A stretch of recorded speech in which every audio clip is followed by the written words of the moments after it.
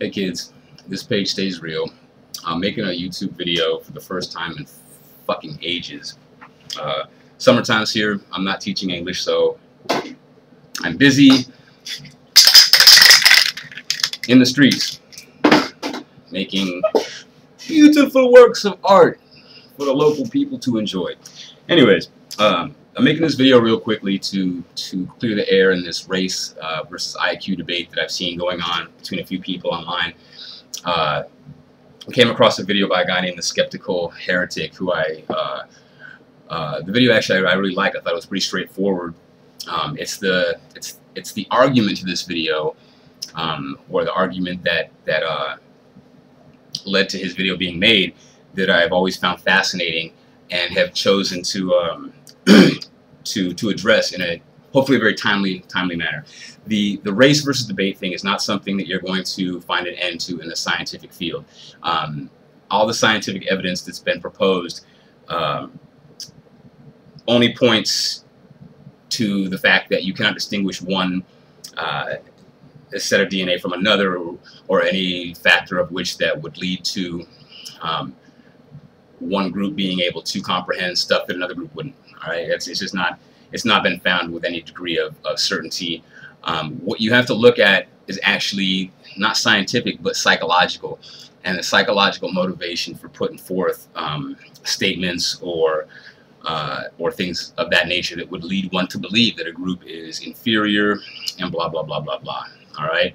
So that being said, psychological motivations for making a statement or trying to if you're doing research and you're trying to get to a certain result, chances are you're going to get that result, or you're going to manipulate the research to show that result.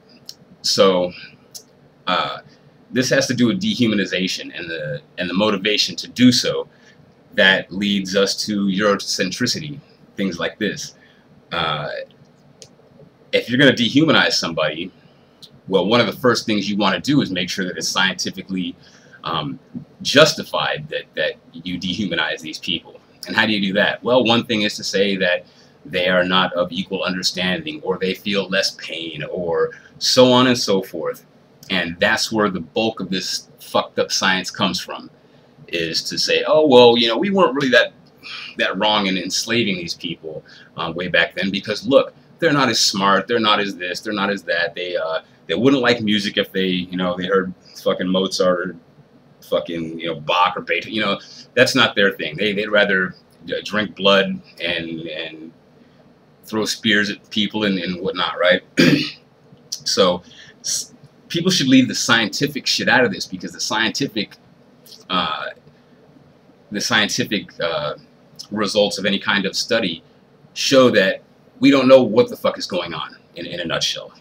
We can't discern one from another in any way that would explain intelligence or comprehension or any of this kind of stuff. So these theories are being put forth with a psychological motivation, not the motivation of understanding true science, but justification of past events, or this kind of thing. I want to keep this short. I don't want to just rabble on and on and on, because that just takes away from what I'm saying in general. So yeah, look at psychological motivation, not science, because science can be made to portray anything that the scientists want it to, frankly. So hopefully that helps, and everybody should love one another. We're all equal. It's the way it goes down. All right, this page stays real. Out of here.